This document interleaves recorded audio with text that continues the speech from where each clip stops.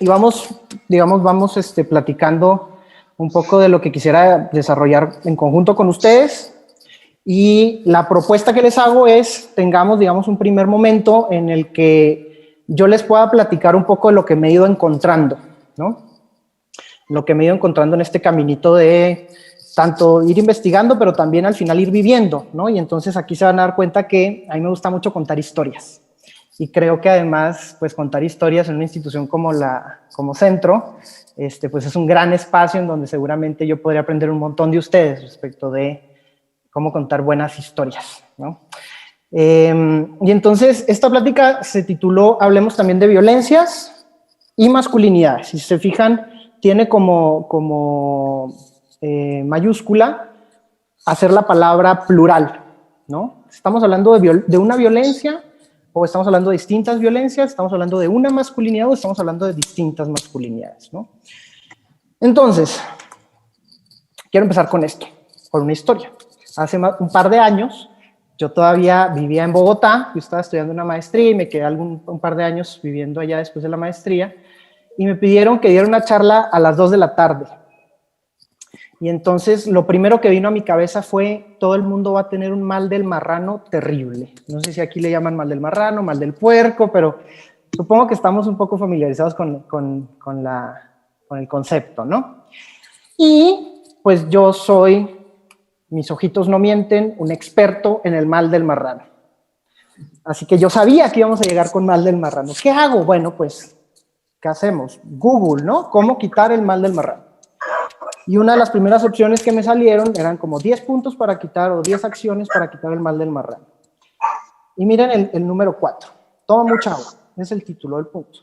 Pero luego vean lo que dice, ¿no? Este consejo es para todo oficinista godínez, que algunos nos podremos identificar con el concepto de godínez o no. Puedes aprovechar para levantarte varias veces por agua y ver a la más guapa de la oficina. Echarte un taco de ojo te mantendrá más que despierto. ¿Por qué me gusta arrancar con esta idea? Para mí es como súper fuerte. Digamos, al principio fue como no manches, qué risa. Pero luego fue súper fuerte darme cuenta que incluso cuando uno busca cosas que pareciera que no tienen absolutamente nada que ver como cómo quitarte el mal del marrano, aparecen estos mensajes, ¿no? Estos mensajes que parecieran tener un destinatario y que pareciera tener una acción muy clara que de entrada implica cosificar a la más guapa de la oficina. Y si lo generalizamos, cosificar el cuerpo de una mujer, ¿no?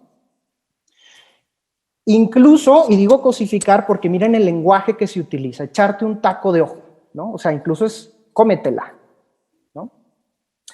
¿Por qué me gusta arrancar con esto? Porque quiero empezar con esta idea. Este tipo de mensajes están en todos lados, ¿no? Y ustedes mejor que yo sabrán que en medios de comunicación, en películas, en canciones, en libros, en la cultura en general, pero hasta cuando uno va manejando y ve los espectaculares en la calle, estos mensajes están en todos lados. Por tanto, todos tenemos alguna historia, todos y todas tenemos alguna historia que contar, ¿no?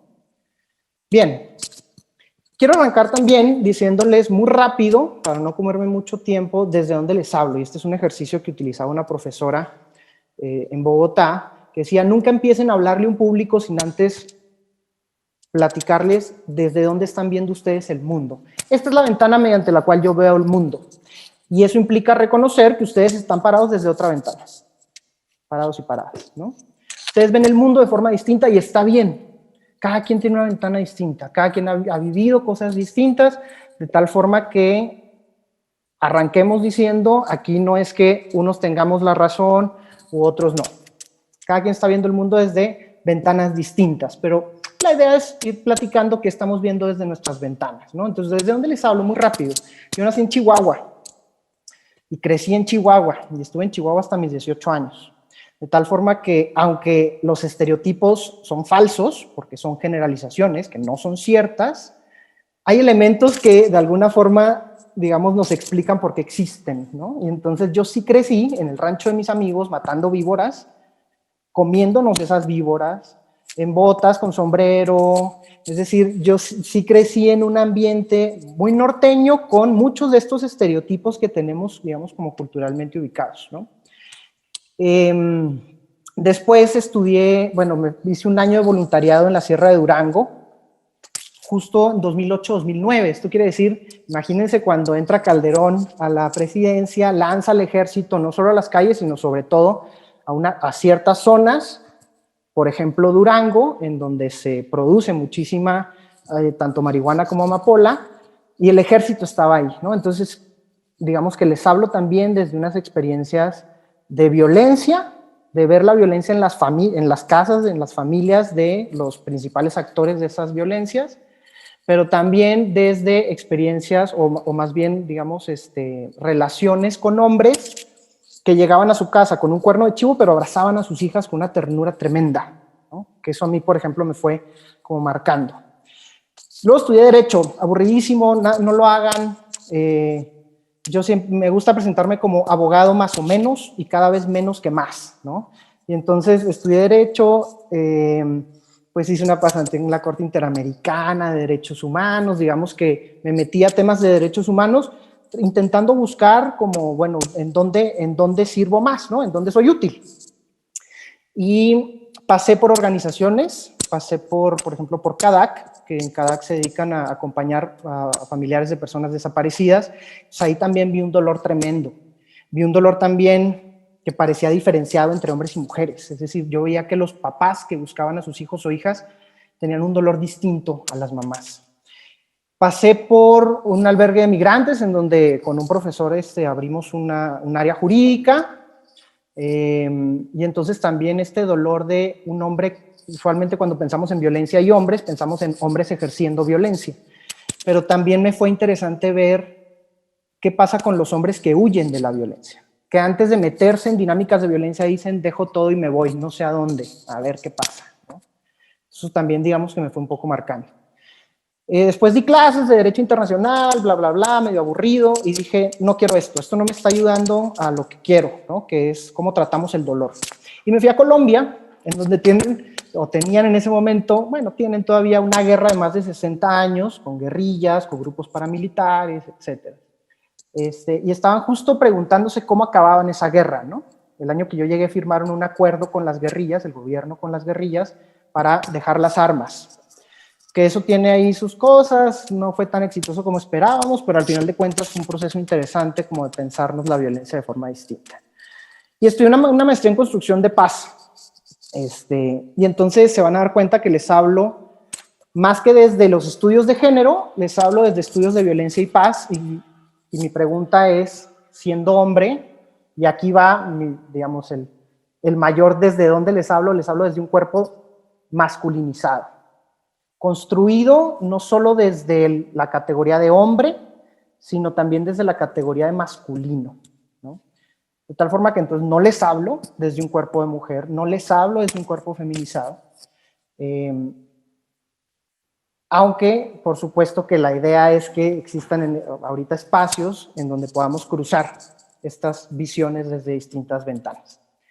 Muy bien, entonces les hablo también porque lo van a ver en algunos ejemplos, etcétera, desde haber trabajado con corporaciones policiales, temas de masculinidad y violencia, me he encontrado cosas súper interesantes de lo que implica, digamos, ser policía, ser hombre y ciertas, digamos, figuras muy masculinas de las corporaciones policiales, y también de trabajar con universidades, ¿no? Estoy trabajando con universidades en Nuevo León, he trabajado acá en la Ibero, entre otras, es decir, han sido como mis dos puntos donde más he estado trabajando, y ahora llevo parte de este año trabajando también con fiscalías, es decir, con defensorías, con unidades de medidas cautelares, con autoridades públicas, pues. Bueno, desde ahí les hablo y se van a ir dando cuenta, ¿no? Pero quería como primero decirles, si no están de acuerdo conmigo, está bien, ¿va? Entonces, ¿qué les propongo para este primer momento? Les quiero contar 3 historias para responder 3 preguntas. Primero, ¿qué es eso de la masculinidad? Cuando decimos masculinidad, ¿a qué nos estamos refiriendo? Si es que eso que llamamos masculinidad nos hace más violentos o violentas, también puede ser, o no. Y la última pregunta sería, en ese escenario, ¿cómo nos construimos espacios más pacíficos? Aquí está lo más relevante, ¿sí? Entonces empiezo. Historia 1. Vivía yo todavía en Bogotá, vivía ya con mi pareja, con la cual vivo actualmente, los dos somos mexicanos, pero los dos vivíamos en Bogotá. Y a mí me gusta mucho cocinar, entonces yo estaba en la cocina, cocinando cena, ya era de noche, y a mí me gustaba lo que yo llamo, poner lo que yo llamo mis chismes deportivos.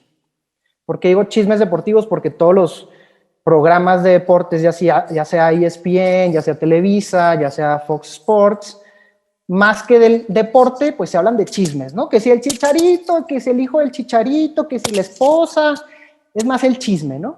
Pero al final de cuentas a mí me gustaba poner mi celular, poner el capítulo que me había perdido el día de ayer, porque pues como no vivía en México no podía ver eso en la tele, y ponerme a cocinar. Y en algún punto de ese ponerme a cocinar, mientras escuchaba a José Ramón Fernández, ya a Hugo Sánchez, ya estos hombres blancos de toda la vida que siempre hemos visto en los programas de deportes, escucho un grito que viene desde el baño, y era de mi pareja, y gritaba, ¡ya cállense! Yo en principio dije, o sea, ¿será que está hablando por teléfono? ¿Me está gritando a mí? ¿Le está gritando a los vecinos? Y entonces me di cuenta que le estaba gritando a José Ramón Fernández, a Hugo Sánchez, a estos hombres que hablan de chismes deportivos, porque yo no me había dado cuenta, pero en ese momento me di cuenta que estos ejercicios de debate, que le llaman ellos, implican nada más ver quién grita más fuerte. El que hable sobre el otro pareciera que tiene la razón. Y entonces hay un tema como de argumentar a partir del volumen de la voz. No escuchar a los demás, sino hablar más fuerte que los demás. Yo en ese momento me di, digamos, dándole vueltas, pasaron los días, lo estuve pensando, y digamos que me di cuenta algo que me caló muy fuerte, que fue cómo es posible que mi pareja sí se dio cuenta de eso, y yo tenía años escuchándolos y nunca me había dado cuenta de eso. Nunca lo había reflexionado. Lo tenía tan internalizado, tan normalizado, que al final de cuentas para mí eso era normal, mientras que ella dijo, esto no tiene por qué ser así, ya cállense, ¿no? Esa es la historia uno. Y esa es una historia un poco de cómo me voy dando cuenta que a partir de los programas de televisión que yo veía, me fui construyendo, ¿sí? Quiero vincular esta historia con otra después, pero vamos a dejar esta por ahí, ¿sí? Yo me fui dando cuenta que a partir de los programas de televisión que yo veía, me iba construyendo unas ideas de normalidad, de qué es lo normal, ¿vale? Entonces, ¿cómo esto responde a qué es eso de la masculinidad? Y les quiero pedir que todo el mundo saquemos de un celular o ahí mismo en la compu si están en compu y nos metamos a menti.com. Menti.com nos va a pedir un código y le vamos a poner este código. 8871089. Vamos entrando.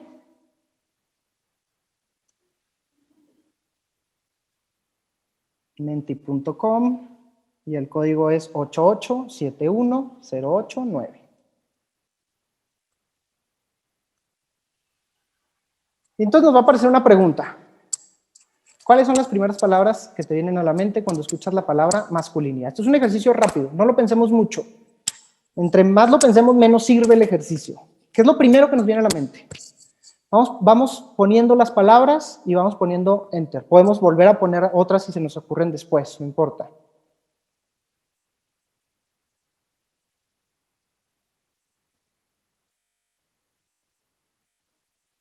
Aquí no hay respuestas buenas o malas, es lo primero que nos venga a la mente.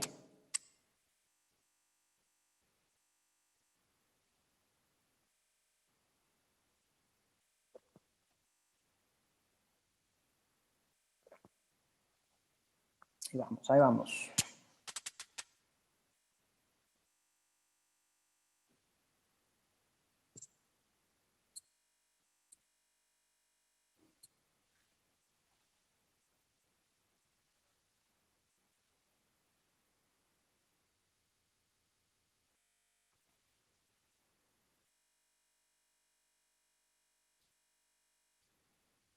Todavía faltan varias personas.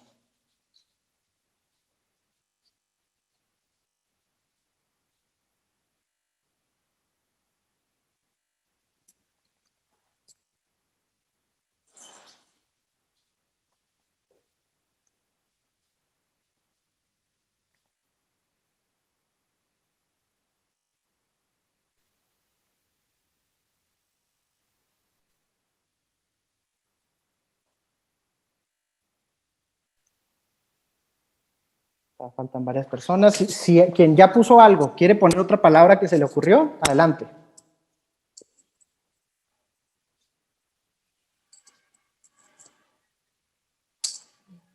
Vamos a dar 30 segunditos.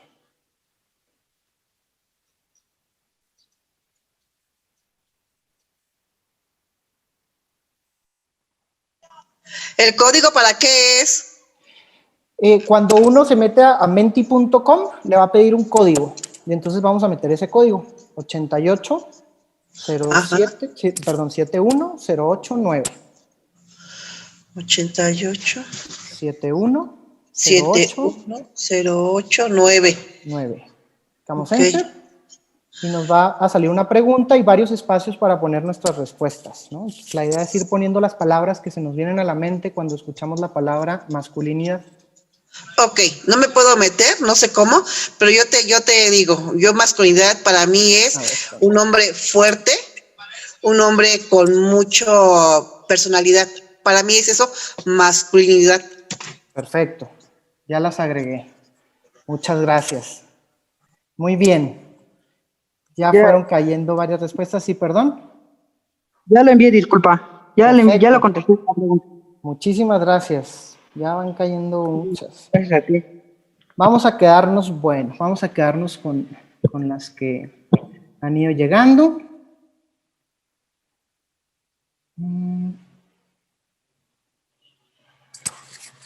Muy bien. Muy bien, pues entonces tenemos el siguiente mapa. ¿Sí? Esto es lo que se dijo en general. Las palabras más grandes, las que pueden ver más grandes, significa que fueron las que más se repitieron. Las más chicas fueron las que menos se repitieron. ¿Sí? Entonces podemos ver aquí de entrada qué es lo que nuestra mente vincula con la masculinidad. Insisto que no hay respuestas buenas o malas, aquí estamos explorando, ¿no?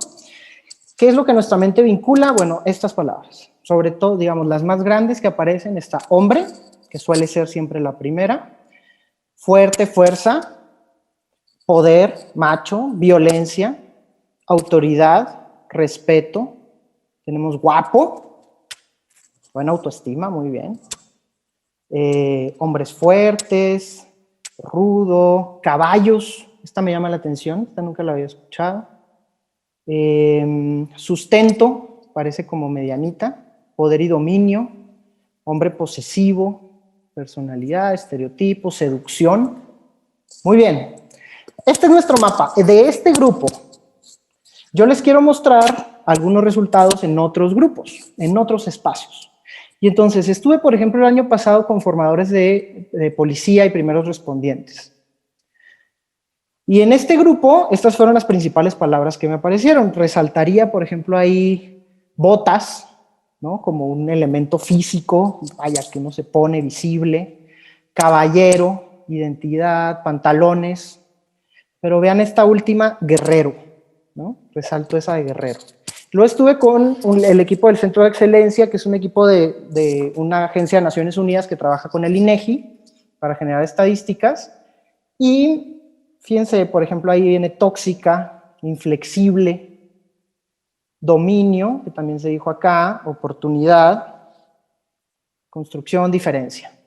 Estuve con otro equipo de una agencia de Naciones Unidas que trabaja en centros penitenciarios y me dijeron brusco, violento, barba, otra vez pantalones, caballero. Me dijeron una que me llamó la atención porque yo, sinceramente, probablemente haya gente aquí que sí sepa que, de entrada a qué se refiere. Yo no sabía en ese momento que es bear, que bear en inglés es oso. Me dijeron bear, yo la escribí, pero luego le pregunté a la persona que la propuso, ¿por qué bear? No, lo que pasa es que bear es un concepto que se utiliza en la comunidad de hombres gays, como para hacer referencia a estos hombres gays grandotes, peludos, ¿no? Fuertes, a veces pelones, digamos que es como un estereotipo de un cuerpo de un hombre gay, ¿no? Pero me llamó la atención particularmente porque miren cómo incluso siendo hombre gay se habla de masculinidad, se vincula con lo masculino, ¿no? Determinadas características físicas. Estuve luego en Nuevo León. Acá quiero muy rápido como resaltar algunas. Estuve en la Facultad de Derecho donde estudié, en Monterrey, y con funcionarios públicos del municipio de San Pedro Garza García. En la Facultad de Derecho me dijeron fuerza, poder, que se dijo acá también, barba, se dijo cheve, es decir, cerveza. La cerveza la consideraban masculina.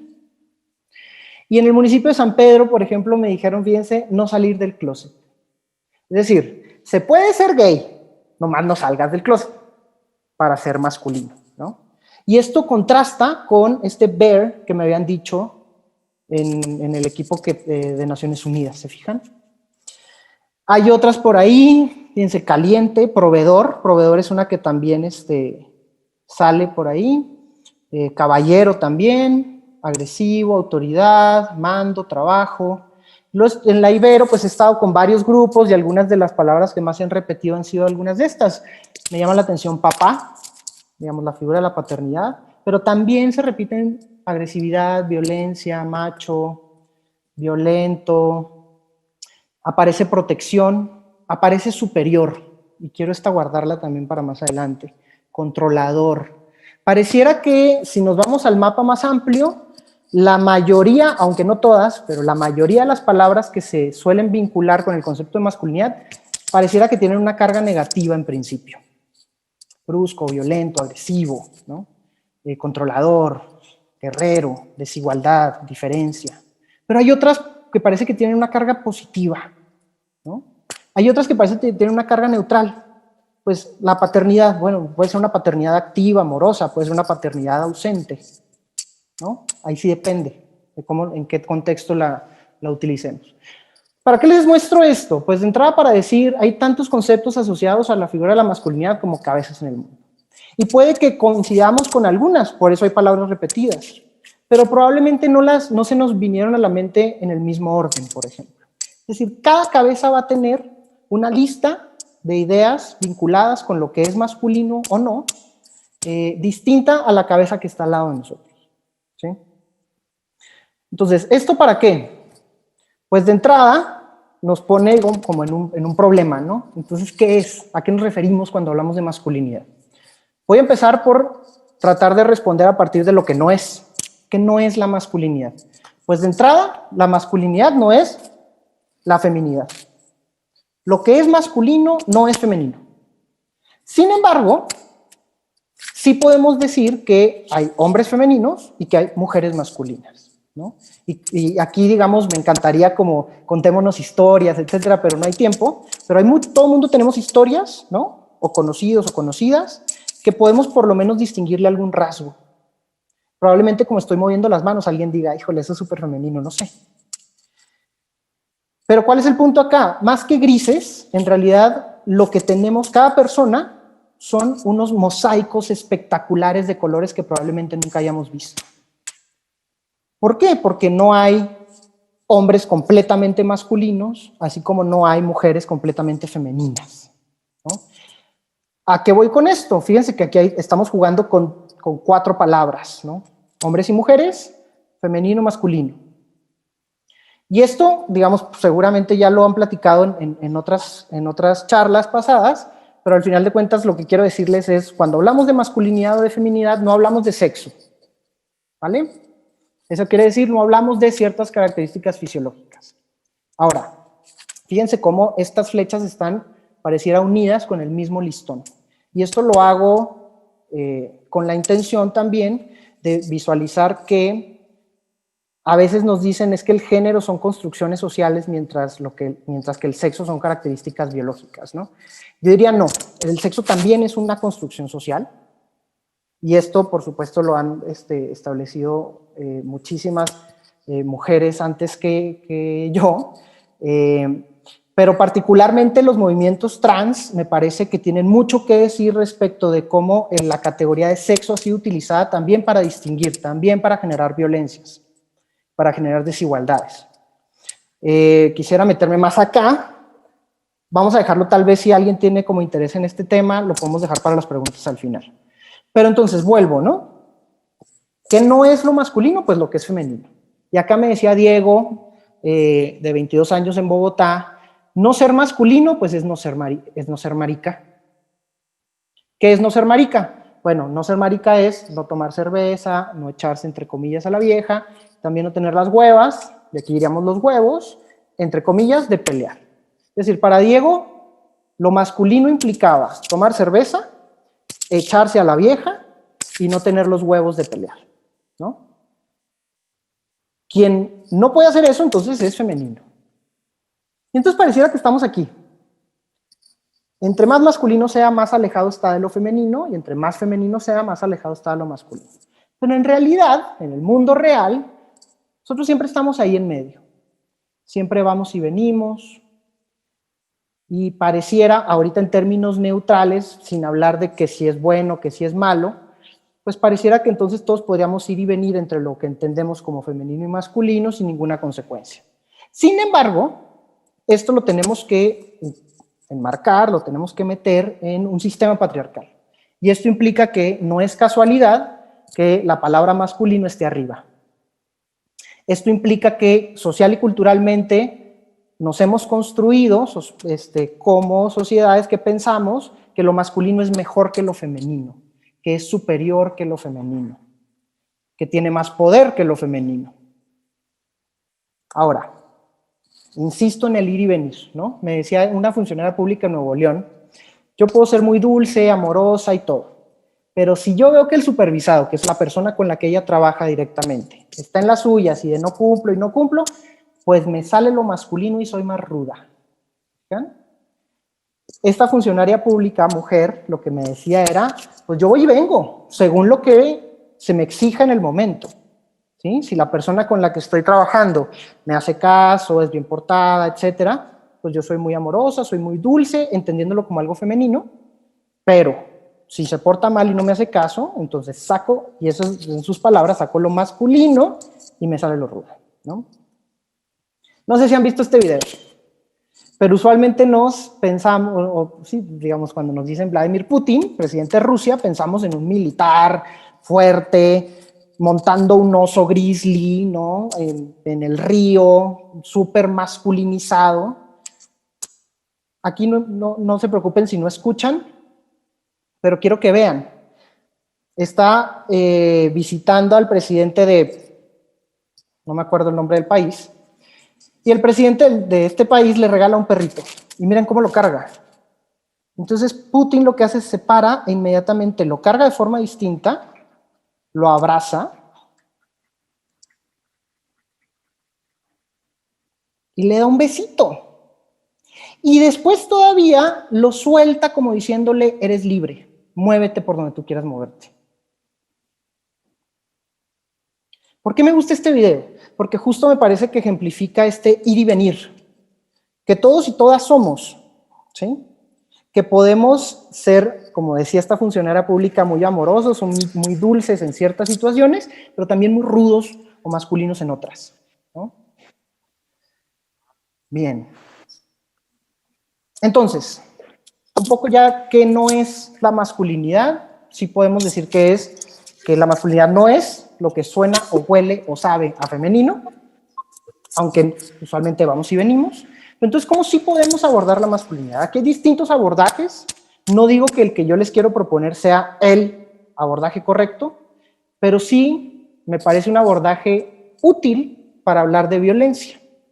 Entonces, yo lo que les quiero proponer es ver la masculinidad y el género como tal, como un esquema normativo. Y esto implica unos paquetitos de órdenes. Yo uso la palabra orden porque trabajando con policía me funciona muy bien, pero creo que es fácilmente aplicable para todo el mundo. Cuando somos niños se nos dan órdenes, se nos dan instrucciones, y si no cumplimos, pues recibimos o podemos recibir un castigo. Pero si cumplimos con la orden o con la instrucción que se nos dio, pues entonces podemos recibir un premio. Miren que digo podemos, es decir, puede que no. Pensemos en el derecho penal. Está en el Código Penal que robar es un delito, o que privar de la vida a otra persona es un delito, que matar es un delito. ¿Todos los que matan van a la cárcel? Realmente no. Pero por lo menos está la posibilidad de que vayan a la cárcel, ¿no? Igual pasa aquí, igual pasa con el género. Nada más que el género implica una separación de dos paquetes, ¿sí? Ponemos el paquete 1 en azul, porque además el paquete se nos da incluso antes de que salgamos de la panza de nuestras mamás. Pensemos en estas fiestas del gender reveal, no sé si lo han escuchado, que antes de que nazcan, cuando ya saben el sexo del bebé, lo que hacen es una fiesta para anunciarle a todas las personas que quieren, pues si va a ser niño o va a ser niña. Todavía no nacemos y ya nos pusieron un paquetito, un color distinto. El paquete 1 van a estar todas las órdenes relacionadas con lo masculino.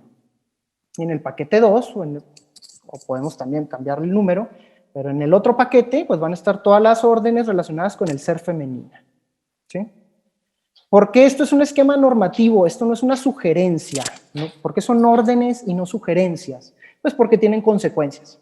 ¿Sí? Si a mí en la tarde me habla un amigo y me dice, vente, vamos a ver un partido de fútbol, si quieres venir, acá te esperamos, pues yo puedo ir o puedo no ir y no pasa nada. ¿Sí? No voy a recibir un castigo, no voy a recibir un premio, no pasa nada. Pero si me dan una orden, implica que entonces si cumplo, puedo recibir un premio, si no cumplo, puedo recibir un castigo. Un esquema muy sencillo, ¿no? Pero vamos a ver cómo se puede ir complicando. Un ejemplo de premios, esto me lo dijeron policías en Oaxaca. Yo les pregunté, ¿qué pasa si me agarro fregazos y me ponen mi friega? Me respondieron dos personas, uno me respondió, pues uno mismo, chale, me madrió ese güey. Miren cómo esto es un ejemplo de castigo, que se impone él mismo, ¿no? Perdí en las peleas, me castigo a mí mismo, chale, me madrió ese güey. Pero luego viene también premios, dijo otro, pues también ya hay un respeto, ¿no? Porque también como hombres, no, pues ese güey es cabrón. Fíjense cómo funcionan estos castigos y estos premios, en la medida en la que cumplimos o no cumplimos con una orden. Miren, un castigo, un agente de policía estatal en Chihuahua, me acuerdo que era un tipo güero, así grandote, fuerte, muy imponente, digamos, físicamente, y ya platicando, me platicó la historia de cuando se divorció en el 2006 y duró 1 año y medio sin ver a su hijo. Entonces la pareja le preguntaba, ¿traes pensión? Y él le contestaba, no, le digo, pues no estoy trabajando. Y entonces le decía a la pareja, pues no lo ves, vámonos de aquí. Así de esas, 1 año y medio. Yo le pregunté, ¿ahí cuál es la orden de masculinidad que estarías viendo? Y me dijo, ahí es de que tú eres el hombre, tú eres el... Si no tienes, pues no tienes derecho a ver a tus hijos. Aquí hay un montón, digamos, de implicaciones jurídicas en las cuales no me quisiera meter ahorita, figuras que han ido cambiando, ya sea vía judicial o vía legislativa, pero al final de cuentas es...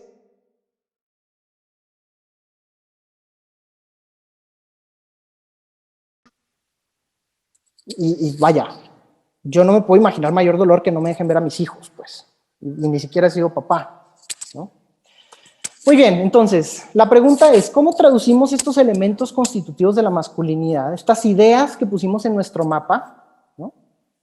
El ser sustento, el ser violento, entre otras cosas que vinculamos, nuestra mente vincula con el ser masculino, ¿cómo lo formulamos en términos de órdenes? Pues bueno, si ser masculino es llevar el sustento, pues entonces usted, porque es hombre, tiene que llevar el sustento a la casa. Eso es una orden. Se puede cumplir o se puede incumplir, pero eso implica que tendrá premios y castigos. Dependiendo de la orden, tendrá distintos premios o distintos castigos. Otra cosa que quisiera como aventar también acá es, el estatus de masculino es algo que nunca se consigue definitivamente, ¿no?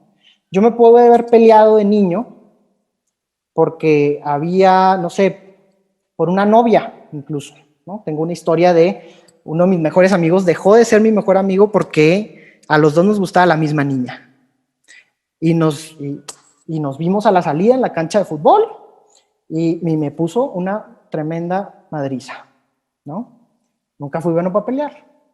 ¿Qué pasó ahí? Yo no pude cumplir con la orden a pesar de que quise, a pesar de que lo intenté, pero no pude. Este cuate, Aarón, sí pudo. ¿Qué pasó a partir de eso? Pues se nos siguió exigiendo que nos peleáramos. Eso no se terminó ahí, ¿sí?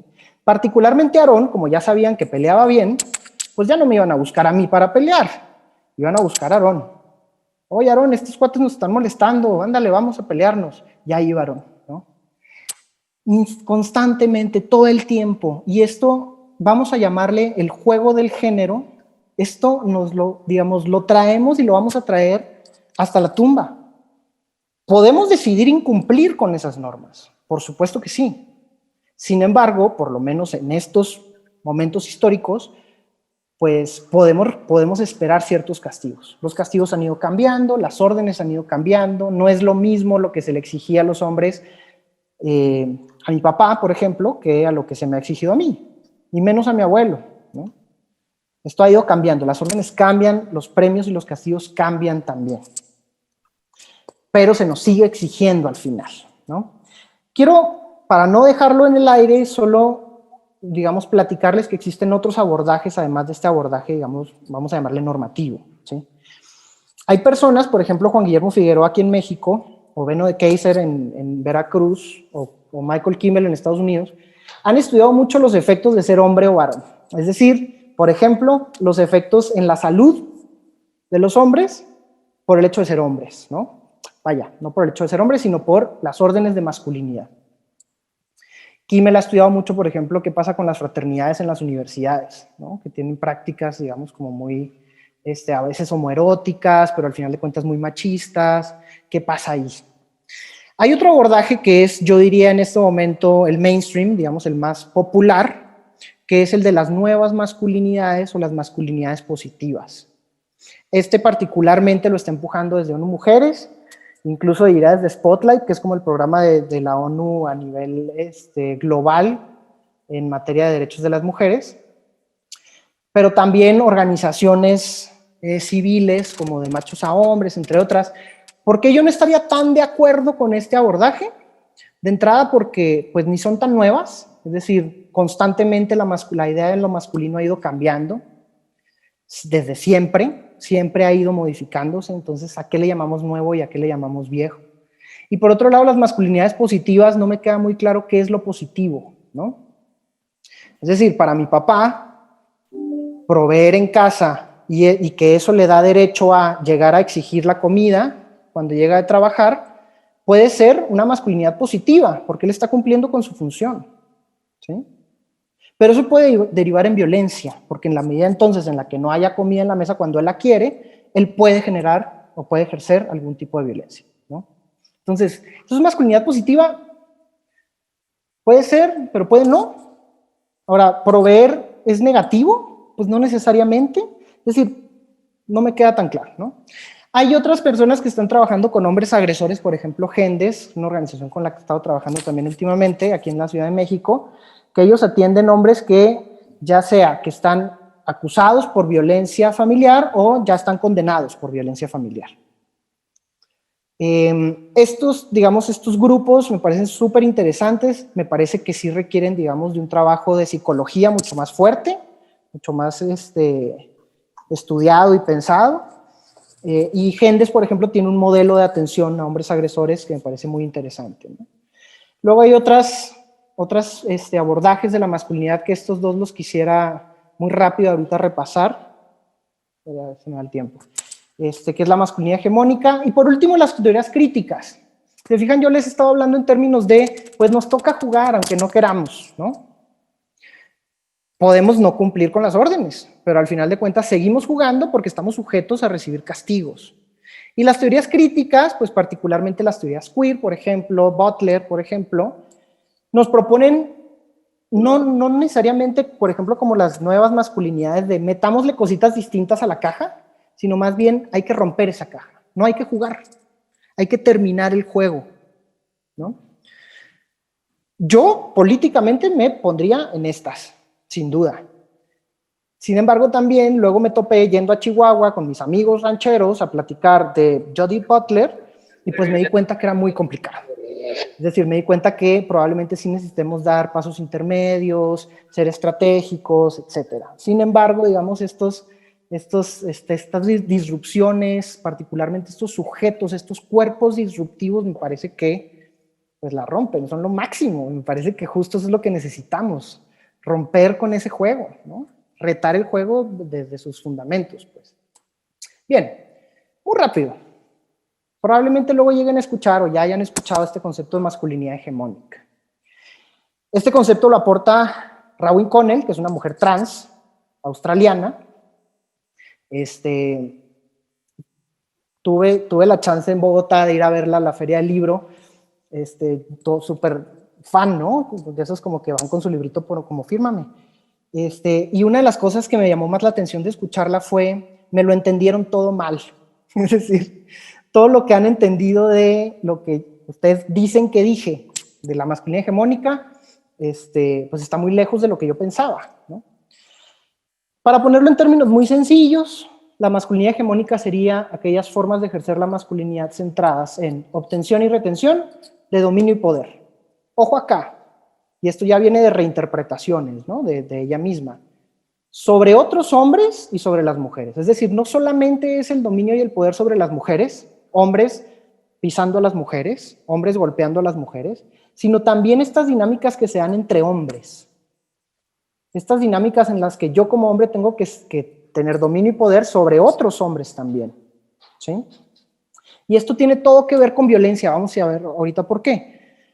Una de las críticas a la masculinidad hegemónica de Connell fue de Dimitriou, que me parece de las más interesantes, pero uno de sus aportes que me parecen muy valiosos es, entonces hablamos de una hegemonía externa, es decir, el dominio y el poder que los hombres ejercemos sobre las mujeres, pero también sobre hegemonía interna, que se refiere al ascenso social de unos grupos o un sujeto, un hombre, sobre todos los demás hombres. ¿Sí? No estamos hablando nada más de un tema de hombres contra mujeres.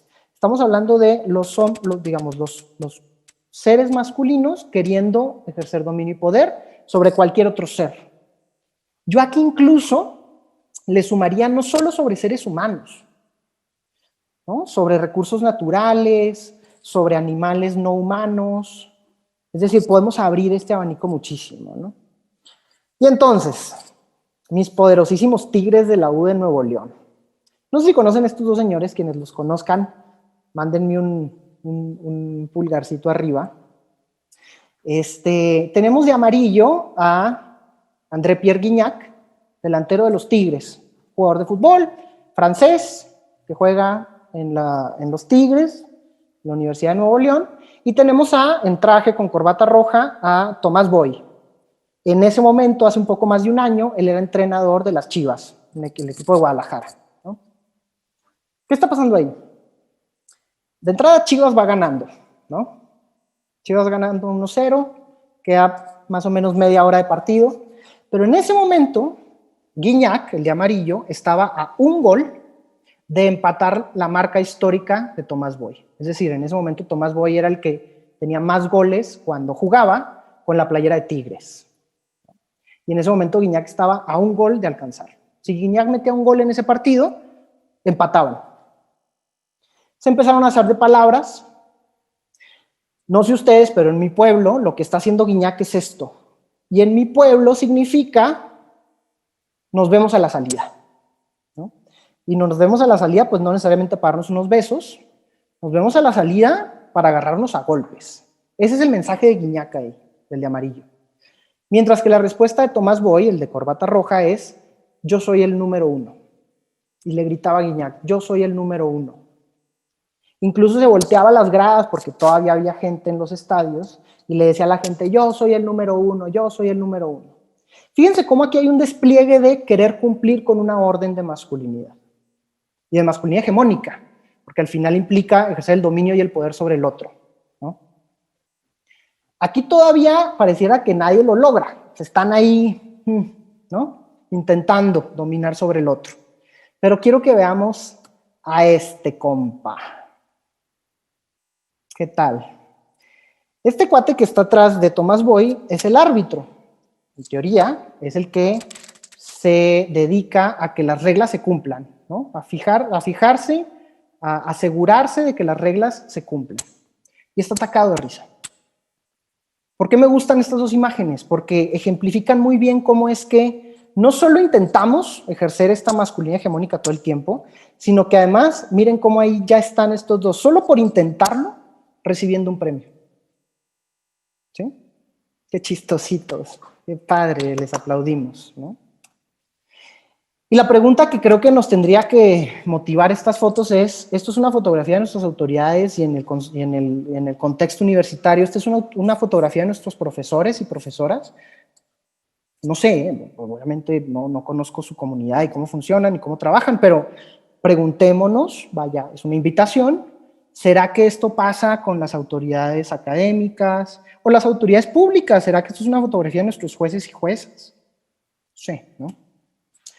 Ahora, ojo acá, ponemos o pintamos a la masculinidad hegemónica, esta que querían ejercer Guiñac y Tomás Boy, como el diablo, ¿no? Pero ¿qué pasa cuando no se ejerce el poder y el dominio, pero seguimos jugando a la masculinidad?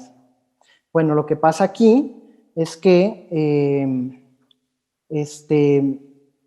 esto puede traer mayores fuentes de violencia o incluso mayores fuentes de crueldad, particularmente contra las mujeres. Acá Segato, por ejemplo, ha estudiado justo en México cómo es que, por ejemplo, la disminución de la capacidad adquisitiva de los hombres se ha visto reflejada en mayores tasas de violencia contra las mujeres. Esto lo estudiaron también Gamlis y Hawkes, dos mujeres estadounidenses que vinieron a hacer un estudio en México súper interesante justo de cómo la frustración en los hombres ha generado un aumento en las tasas. Ahora, cuando hablamos de tasas es como tramposo porque pues realmente hoy se cuenta más de lo que se contaba antes, no necesariamente que existiera menos, pero al final de cuentas sí se ve reflejado como un aumento de tasas de violencia, pero también de crueldad. Y pensemos acá, no solo violencia contra las mujeres, también violencia entre hombres. ¿Qué pasa, por ejemplo, hace unos años, pues por lo menos en el norte, a cada rato nos encontrábamos cuerpos de hombres colgados de puentes, mutilados de los genitales? ¿Por qué la mutilación? Es decir, pudieron haberlo matado un balazo y bueno, listo, ya. No, lo vamos a colgar de un puente y además lo vamos a colgar de un puente sin genitales. ¿Qué pasa con esa crueldad? ¿De dónde viene? ¿No? Es una de las preguntas que quisiera como irnos haciendo. Hay una frase que también ha estado como medio de moda últimamente, que es la masculinidad frágil, ¿no? Esto es una pared en un restaurante, esto anduvo por ahí en redes sociales, es una pared de un restaurante que un hombre, por estar enojado, le pegó a la pared y la rompió.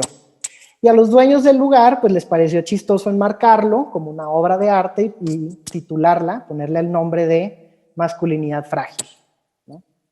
Yo lo que quisiera que nos preguntáramos es, ¿no será esto más bien una imagen de cómo la masculinidad está más fuerte que nunca? Es decir, el juego de tenemos que ser masculinos está más vigente que nunca. Esto no me parece que muestre una fragilidad en la masculinidad como un sistema normativo. Me parece que más bien muestra que es un sistema normativo que se cumple muchísimo, más que el derecho, y lo digo como abogado. ¿No? Última figura que quiero tocar de masculinidad, porque ya se me acabó el tiempo, es el mosaico de masculinidad, muy rápido. Tony Coles lo que se pregunta también en Australia es, bueno, hay órdenes de masculinidad que compartimos socialmente, ¿no? Probablemente en México, pues ser sustento en casa es de las que más se repiten, ser fuerte. Vamos a poner esas dos, tener dinero y ser fuerte físicamente, ¿no? Probablemente yo no tengo el cuerpo que me pide un estándar de masculinidad, ¿no? Y puede que ya quisiera, pues, pero vamos a suponer que estoy todo flaquillo, ¿no? Que no tengo fuerza en los brazos, que no hago ejercicio, pero eso lo puedo suplir, es decir, puedo, sin tener el cuerpo que requiero, lo puedo suplir teniendo dinero. O lo puedo comprar, ¿no? O al revés, no tengo dinero, no tengo posibilidades de tener un mayor sueldo, etcétera, pero puedo estar muy fuerte. Me puedo meter al gym de la esquina de mi casa y estar muy fuerte, suplirlo. Entonces, Tony Coles lo que se pregunta es, ¿cada quien qué pone en el centro? Es decir, ¿para qué es más bueno? ¿Para tener dinero o para ser fuerte? La cosa es que aquí, por supuesto, nos vamos metiendo con que el triángulo ya no queda nada más en 3 o 4 triangulitos, sino que se va haciendo más complejo. Le vamos metiendo órdenes y vamos moviendo como si fuera un juego de ajedrez, ¿no? Muy rápido, la historia 2. También cuando vivía en Bogotá, mi pareja tenía una oficina, ella dirige una organización que tiene oficina en México y en Colombia, y esa oficina estaba constituida por puras mujeres, habían puras mujeres. Ese día íbamos a ir al cine en la noche, entonces me dijo, vente a trabajar a la oficina y aquí caminamos al cine. Le dije, listo. Entonces me llevé mi compu, me puse mis audífonos y entró una compañera de mi pareja a preguntar si X palabra llevaba acento o no. Yo con audífonos y con música, pero escuché la pregunta. Y entonces otra compañera que estaba en el mismo espacio le empezó a contestar. Y wiri, wiri, wiri, y entonces, y puede que sí, puede que no, depende, etc. Termina de hablar y yo me quito los audífonos y le empiezo a contestar. Todas se atacan de risa. Entonces yo me puse rojo, rojo, rojo. Me dio muchísimo calor, calor, calor. Me puse muy nervioso y dije, ¿qué está pasando? Me enojé. Pues, ¿qué? Si no quieren que les conteste, entonces no pregunten, le dije. Y entonces una de ellas me dijo, Cobos, lo que pasa es que Paula le acaba de contestar exactamente lo que tú acabas de decir. Es decir, yo, por no escuchar lo que contestaba otra mujer, acabé contestando exactamente lo mismo, ¿no? En ese momento me acordé de mis chismes deportivos. Me acordé que por ver ciertos programas en televisión, pues a mí no me enseñaron a escuchar, me enseñaron más bien a hablar más fuerte. Me enseñaron a que tiene la razón el que habla al último y el que habla más fuerte. No me enseñaron a escuchar y eso me daba mucha frustración. De entrada, ya miren cómo estaba vinculando mis ejercicios de violencia contra las mujeres con lo que yo aprendí como normal en la televisión. Entonces quiero hablar muy rápido de la violencia. Aquí hay 3 conceptos de violencia que no necesariamente es que uno esté mal o esté bien, pero me parece que pueden ser suplementarios, es decir, me parece que pueden armar un rompecabezas.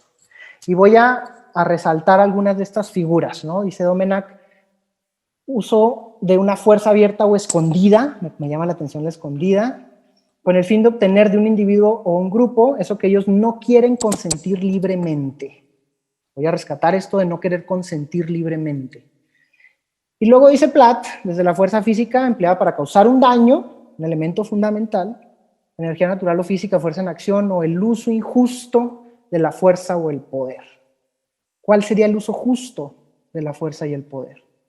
Esto, por ejemplo, se lo preguntan mucho los policías, ¿no? Las corporaciones policiales, vaya, los policías me decían, oiga, licenciado, pero pues mi chamba muchas veces es ejercer la fuerza, ¿no? Sí, justificada y mediante los protocolos y lo que sea, pero entonces estoy ejerciendo violencia cuando hago mi trabajo. Entonces ahí hay como una diferenciación interesante, ¿no? Y por último, el modelo que usa Gendes, quiero rescatar que ellos lo distinguen la violencia como aquella invasión del espacio de otra persona con o sin la intención de dañarla. No importa la intención para los de Gendes. Y entonces yo quisiera, digamos, presentarles casi que como ladrillitos para construir una pared estos elementos. Es una propuesta, la podemos retar, por supuesto, pero yo quisiera aportar, digamos, esta herramienta como para cada vez que nos preguntemos, ¿esto es violencia o no es violencia? Bueno, lo podemos pasar por este filtro, es decir, preguntarnos, ¿es un acto o una omisión? ¿Puede ser cualquiera de las dos? Sí. ¿Hay un uso de la fuerza o hay un uso del poder? No importa la intención, siempre y cuando doblegue la voluntad y cause un daño o un dolor. Y entonces, muy rápidamente, quisiera repasar algunos de estos elementos. Cuando hablamos de uso de poder, digamos, frente al uso de la fuerza, entendida como la fuerza física, pues entendemos, por ejemplo, un profesor cómo ejerce el poder sobre alumnos y alumnas, ¿no? Ejerce poder porque al final de cuentas puede poner una calificación, porque tiene el poder o la posibilidad de que se expulse, por ejemplo, a un estudiante, entonces el uso del poder es más amplio que el uso de la fuerza física. En cuanto al uso, a que exista intención o no, esto me parece sumamente complicado, porque muchas veces nosotros no sabemos el daño o el dolor que puede causar una acción nuestra, ¿no? Lo hacemos sin saberlo. Incluso si quisiéramos pensarlo como, ok, no sé, le voy a poner el cuerno a mi pareja. Yo sé perfectamente cuál es el daño que le voy a causar a mi pareja. La verdad es que no, aunque me lo pregunte, aunque lo piense desde antes. Yo no sé cuál es el daño o el dolor que le voy a causar, porque solo ella lo podrá describir en su momento, ¿no? Tal forma que entonces es irrelevante si tenemos intención de dañar o no dañar. Esta me parece que es la más importante, que es doblegar la voluntad, y voy a retomar aquí una figura que nos lanza Segato con respecto a la violación sexual. Ella dice, la violación sexual es una forma de romper la voluntad de la mujer. Yo incluso lo llevaría a términos más, vamos a ponerlo más moderados, a doblegar la voluntad. Y entonces esto implicaría ejercer la fuerza o el poder sobre otra persona de tal forma que, a pesar de la resistencia que ofrezca, no importa si ofrece o no ofrece resistencia, no le queda otra alternativa más que someterse con tal de no recibir mayor daño o dolor. Y pensemos aquí en la historia de los porquis, ¿no? Este grupo de hombres en Veracruz, por ejemplo, que violaron colectivamente a una mujer, y una de las defensas, incluso judicialmente, que utilizaron es que ella nunca opuso resistencia, ¿no? Ella nunca dijo que no quería. Y eso ha pasado en varios casos en otros países, en España, en otros países. Y la defensa judicial es que ella no ofreció resistencia, nunca dijo que no quería, ¿no? No importa si ofreció resistencia, el punto es que no le quedó otra alternativa más que someterse, porque ofrecer resistencia implicaría que le iba a ir peor, o le podía ir peor, ¿no? Podían matar. Y entonces doblegar la voluntad no nada más es en los términos extremos de romperla, sino también de, ojo acá, porque digamos que en las universidades pues nos dedicamos a convencer, ¿no? En qué medida nuestras formas de convencer implican un doblegamiento de la voluntad. Y por último, el daño y el dolor me parece interesante rescatarlo porque, particularmente porque el daño, por lo menos desde ciertas concepciones tal vez un poco más jurídicas, podría ser entendido como esta afectación que se puede demostrar y se puede medir. Es decir, cuando uno va ante un juez a reclamar que a mí me causó un daño, pues uno tiene que poder decir qué daño le causó, ¿no? Y poderlo demostrar e incluso poderlo medir, porque si no, ¿cómo me van a reparar? ¿Cuánto costó? ¿Sí? Si yo choqué o me chocaron, bueno, el daño se le causó al carro y eso, pues, repararlo cuesta tanto, ¿no? Mientras que el dolor difícilmente puede ser medible y demostrable. Yo puedo tratar de describir qué me duele la espalda. ¿En dónde? Pues como por aquí, ¿no? Me duele la cabeza. ¿En dónde? Pues como así como por acá. ¿Pero cómo te duele? Pues feo, ¿no? Hay ejercicios bien interesantes, por ejemplo, en Colombia, de mujeres víctimas de violencia sexual, que dibujan su silueta en el piso, y luego su cuerpo, pues, y luego les piden que pinten su dolor. Eso es bien complicado. ¿Cómo pintas el dolor?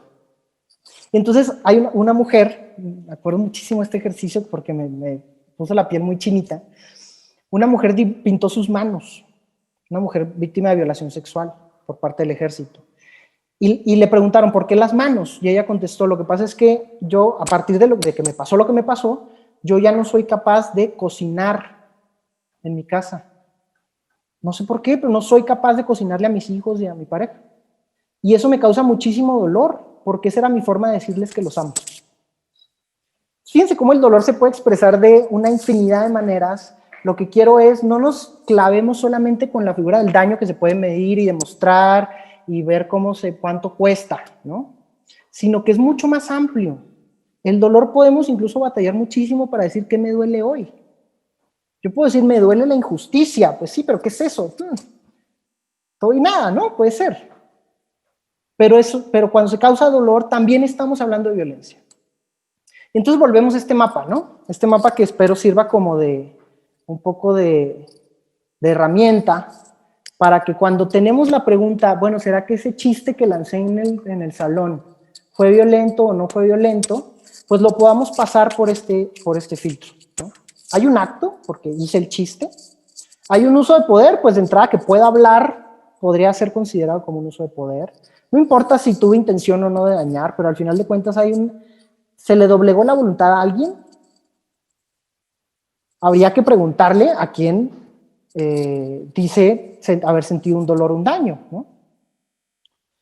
En fin, entonces, sobre todo los hombres lo tenemos muy difícil, no sabemos qué es violencia y qué no es violencia, tal forma que más que estar hablando de que si la masculinidad hegemónica, etcétera, me parece importante que los hombres hagamos estos ejercicios. Aprendamos a distinguir cuándo estamos frente a un ejercicio de violencia y cuándo no. No solo como victimarios, también como víctimas, se vale, ¿no? Acá hay un caso de Madhumita Pandey, que ella, haciendo su tesis doctoral en Nueva Delhi, en India, en centros penitenciarios, en cárceles, se puso a entrevistar a hombres condenados por violación sexual. Y una de sus conclusiones fue: muchos de estos hombres no se dan cuenta que lo que hicieron es violación porque no entienden qué es el consentimiento. No entienden qué es doblegar la voluntad, ¿sí? Entonces necesitamos practicar eso, hacer ejercicios. Y la otra es que no sabemos qué nombre ponerle, ¿no? Cuando un chavo en Bogotá me decía en una entrevista, bueno, cuando alguien choca adelante y dice, seguro es mujer, seguro es vieja, ¿no? Y yo le decía, ¿qué nombre le pones a esa violencia? Y me dijo, llamemos una violencia denigrante. Si uno busca en el diccionario qué quiere decir denigrante, quiere decir hacer negro. ¿Qué tiene que ver hacer negro con suponer que si alguien chocó era mujer? Nada. Pero tenemos tan normalizado que lo negro es malo, ¿no? Entonces fíjense cómo incluso para querer nombrar una violencia reproducimos otras. De tal forma que a mí me parece que es importante ponerle nombre en la medida de lo posible a las violencias con las cuales convivimos en nuestras vidas diarias, ¿no? Semelin ya decía que no existe una teoría capaz de explicar todos los tipos de violencia. Y acá yo les pongo un mapita con algunos esquemas que han intentado describir los tipos de violencia, ¿no? Acá tenemos la Ley General de Acceso a las Mujeres a una Vida Libre de Violencia, acá en México. Esto es un instrumento jurídico, es ley. Y si se fijan, nombra las violencias a partir de los daños que puede causar. Es decir, es violencia psicológica en la medida en la que causa un daño o un dolor psicológico. Es violencia física en la medida en la que el daño o el dolor es físico, etc. Gendes hace lo mismo, pero miren cómo Gendes no solo le pone nombre a algunas, sino que les pone apellido. Entonces Gendes, por ejemplo, nombra la violencia verbal, pero nombra la violencia verbal de distintos tipos. Hay una violencia verbal que cosifica, hay una violencia verbal que menosprecia, hay una violencia verbal que amenaza. Igual la física, la de contacto, pero también alrededor. ¿Qué pasa si doy el portazo? Me salgo enojadísimo de pelearme con mi pareja y doy un portazo. Para Gendes eso es violencia física alrededor, porque estamos violentando el espacio de la persona. Ahora, que no se pueda tener un solo modelo, digamos una sola lista. Luego uno se encuentra violentómetros, ¿no? Que ponen una lista de violencias. Pues no habrá una lista que tenga todas las violencias, pero eso no quiere decir que no sea importante ponerle nombre. Les presento a Yupi y a Simona, mis dos perritas. ¿Qué pasa con Yupi y con Simona? Pues de entrada que tienen nombre, ¿no? Yupi es la cafecita, chalequito, pecherita roja, y Simona es la blanquita con pecherita verde. ¿Qué pasa si yo veo a una perrita pasando por afuera de mi casa, afuera del Seven que tengo en la esquina, pero no la conozco? Pues listo, una perrita. Pero ¿qué pasa si yo veo pasando a Yupi por afuera del Seven? Yo voy a decir, oye, espérame, ¿qué está haciendo Yupi aquí afuera? Ponerle nombre a la perrita, pues implica ponerle atención. Es decir, empezar a tener una suerte como de relación con ciertos conceptos. De tal forma que entonces cuando yo, esta vez que expliqué, mansplaneé, le llamaríamos, a Paula en la oficina de mi pareja en Bogotá, cuando expliqué lo mismo que ella había explicado antes, pues yo le pongo el nombre mansplanear. Es el nombre que le puse. Yo le puedo poner otro nombre, ¿eh? Yo le puedo poner no escuchar. No escuchar puede ser una violencia para mí. Lo importante es que nos vayamos familiarizando con estos nombres, con estas violencias. Esto me lo va a tener que saltar. Ahora, ¿en qué medida la violencia podemos decir que es más masculina que femenina? Clásica, ¿no? A los hombres nos matan más. ¿Y pues qué creen? Pues es cierto, ¿no? O sea, el INEGI siempre ha reportado datos en donde a los hombres en número nos matan más, ¿sí? Aquí vemos en los registros por año. A nivel mundial, una agencia de Naciones Unidas también ha estado reportando que alrededor del 81% de las víctimas de homicidio en 2017 eran hombres y niños. Y luego se avienta este concepto de sospechosos, ¿no? ¿Qué es eso? Pues no me queda muy claro, pero podríamos sospechar que alrededor del 90% de los responsables de esos homicidios eran hombres. Ojo con estas edades, porque esta es la población con la que trabajamos en las universidades.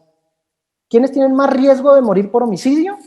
Los hombres, entre 15 y 29 años. Ya va saliendo ahí apenas, Gonzalo. Ahora, si nos vamos a ver víctimas de delito en general, ya no homicidio, sino cualquier tipo de delito, ¿sí? En la Ciudad de México, el ENVIPE del año pasado reportaba que los hombres somos más víctimas en general de delitos que las mujeres. Y a nivel nacional también, un poquito menos, pero también somos más hombres que mujeres víctimas, en general.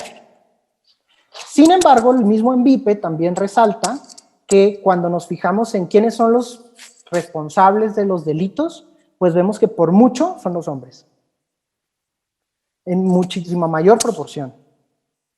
Es decir, sí, puede ser que seamos quienes más víctimas somos de delitos, pero también somos quienes más cometemos delitos. ¿Ah? Y hay algo que no quiero dejar pasar, las formas importan, ¿no? O sea, cuando hablamos de delitos sexuales, hay 11 mujeres víctimas de un delito sexual por cada un hombre víctima de delito sexual. Entonces, cuando hablamos de delitos sexuales, las mujeres son por mucho más víctimas, ¿sí? En número, de nuevo. Ahora, ¿qué pasa? Porque digo, las formas importan. Porque esto no quiere decir que, ay, es que a los hombres, entonces a los hombres no son víctimas de violencia sexual. Por supuesto que sí, en muchísima menor proporción y además en otras formas, ¿sí?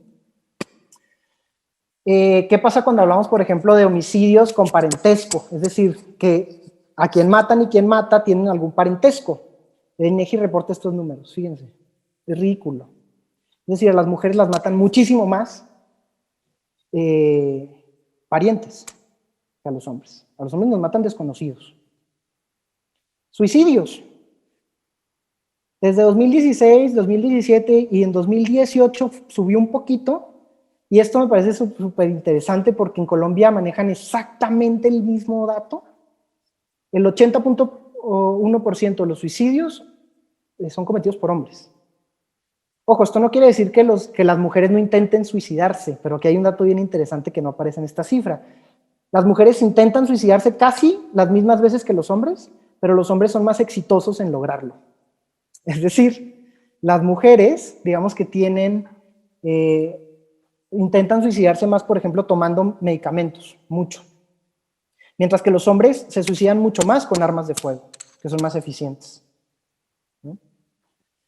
Las tasas además van subiendo en suicidios. Cada vez somos más los hombres que nos suicidamos. Y las mujeres, fíjense cómo en 6 años crecieron una tasa de 1.5 a 1.9, o sea, 0.4, mientras que los hombres crecimos de 7.2 a 8.6, 1.4. ¿Sí? Dos figuras que me parecen interesantes también para aventar en la realidad mexicana. Adam Baird estudia esto en Medellín, en las comunas en Medellín, allá en Colombia, donde además de un conflicto armado, pues tienen un tema de pandillas tremendo.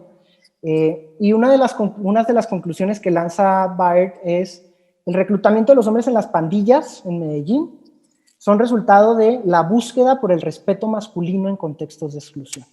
Es decir, ¿en qué medida el ser masculinos nos lleva, por ejemplo, a que seamos más fáciles de reclutar, allá por las pandillas, pero pensemos aquí por la delincuencia organizada, por ejemplo, ¿no?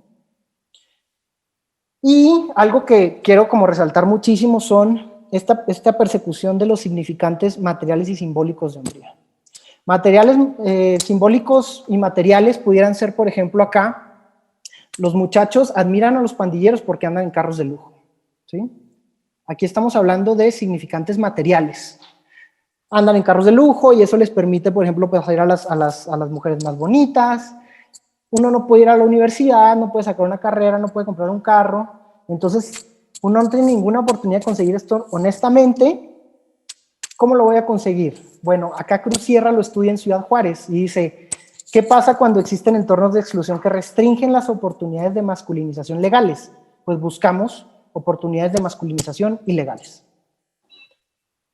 Ojo acá, la violencia puede ser legal o no legal, ¿eh?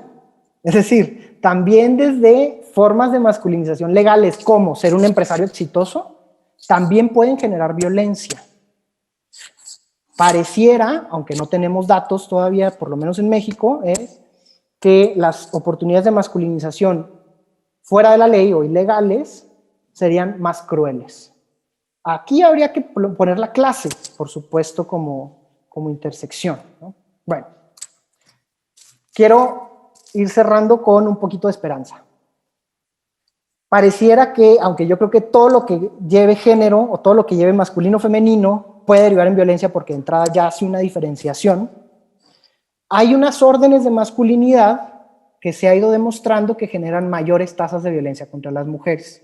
Y acá podríamos también preguntarnos si contra otros hombres. Entonces, en sociedades donde las órdenes de género son muy rígidas, es decir, son muy estrictas, pensémonos en Japón, por ejemplo, la figura del honor, ¿no? En donde estas tres figuras, estas tres órdenes, hay que dominar, hay que ser rudo y hay que tener honor, generan, o digamos que se ha demostrado que en esas sociedades existen mayores tasas de violencia contra las mujeres. Entonces, por lo menos aquí tenemos un mapa, por lo menos aquí podemos decir, estas tres no las podemos tener. Tenemos que buscar maneras de deshacernos de estas órdenes, ¿no? Y por otro lado, quisiera también lanzar como una invitación a pensarnos la violencia de género más en términos de violencia basada en género. ¿Qué quiere decir esto? Hay veces que se maneja un discurso de el feminicidio es cuando matan a una mujer por el hecho de ser mujer, ¿no? Y lo entendemos como violencia de género. Yo quisiera también lanzar como la provocación de qué pasa si lo entendemos como el feminicidio es cuando matan a una mujer porque un hombre tenía que cumplir con una orden de masculinidad. Y se fijan, entonces la violencia viene de tener que cumplir con una orden de masculinidad, con una orden de género. Ahora, este concepto de violencia basada en género, de hecho, hay un estudio muy interesante, por ejemplo, como de la historicidad, es decir, de cómo se ha ido nombrando esto de la violencia de género conforme pasa el tiempo, y en algún punto del inglés del gender-based violence pasamos al violencia de género, ¿no? Como cortamos el basado en, y me parece que podría ser relevante sobre todo para trabajar desde la herramienta de la masculinidad y con hombres, volver a este concepto de violencia basada en género. ¿Por qué? Porque los hombres históricamente hemos pensado que eso de la violencia de género es un asunto de las mujeres, no es nuestro. Le pregunté a un grupo de policías, cuando hablamos de violencia, ¿quién está más involucrado, hombres o mujeres? Y me dijeron las mujeres. Cuando, obviamente esto no es una gráfica, pero en términos generales podríamos decir que los hombres, tanto como victimarios como víctimas, en números, estamos mucho más relacionados con las violencias. De tal forma que entonces mi conclusión sería el bicho de la violencia es predominantemente masculino. Y la violencia basada en género está predominantemente basada en la masculinidad. Y para cerrar la última historia, ¿qué pasó después de esta historia bochornosa en donde me puse rojo, rojo, rojo y me dio calor, calor, calor? Pues me puse a buscar otros programas de televisión que tuvieran chismes deportivos, pero que no fueran ESPN, Fox Sports, etc. Y me encontré un chavito que se llama Kerry Ruiz, que hace sus videitos en su casa y que cuenta el chisme. Pero es un tipo que está solo, que no se está, digamos, debatiendo con otros, es un cuate, digamos, muy amable, que siempre se despide diciendo chau, chau. ¿Cuál fue mi forma como de contrarrestar todo lo que yo había aprendido como normal en cuanto a no escuchar y ser el último en hablar y hablar más fuerte? Pues buscar otras fuentes para nutrir lo que entiendo como normal. Buscar fuentes más amables, más respetuosas, menos gritonas, no sé si ya estoy gritando yo mucho, pero entonces miren cómo yo fui juntando estas tres historias para ir un poco dibujando cómo identifiqué una orden de masculinidad, identifiqué cómo esa orden de masculinidad me hacía violento y me intenté pensar una manera de sustituir esa orden de masculinidad que me hacía violento. Y entonces, ¿qué nos llevamos? Pues nos llevamos estas herramientas. Como herramienta 1, insisto, como por orden de prioridad, yo pensaría que tenemos que empezar a ponerle nombre a las violencias, porque nos tenemos que empezar a familiarizar con ellas. Si no le ponemos nombres como si no existieran para nosotros, y existen, todo el tiempo estamos, digamos, conviviendo con esas violencias. No solo es saber qué sí es violencia y qué no es violencia, sino ponerle nombre, ¿no? Otra herramienta, contemos historias. así como conté la historia del ya cállense, del me puse rojo, rojo, rojo y del chao, chao, esto nos puede ayudar a ponerle, a formular las órdenes de masculinidad que vamos identificando en nuestras vidas. ¿Quién y dónde me la dio? Hay que, para construir la historia, va a ir siendo relevante irle poniendo tiempos, espacios, orden a la historia, e ir determinando qué premios o castigos se reciben o se podrían recibir en caso de cumplir o incumplir con esa orden.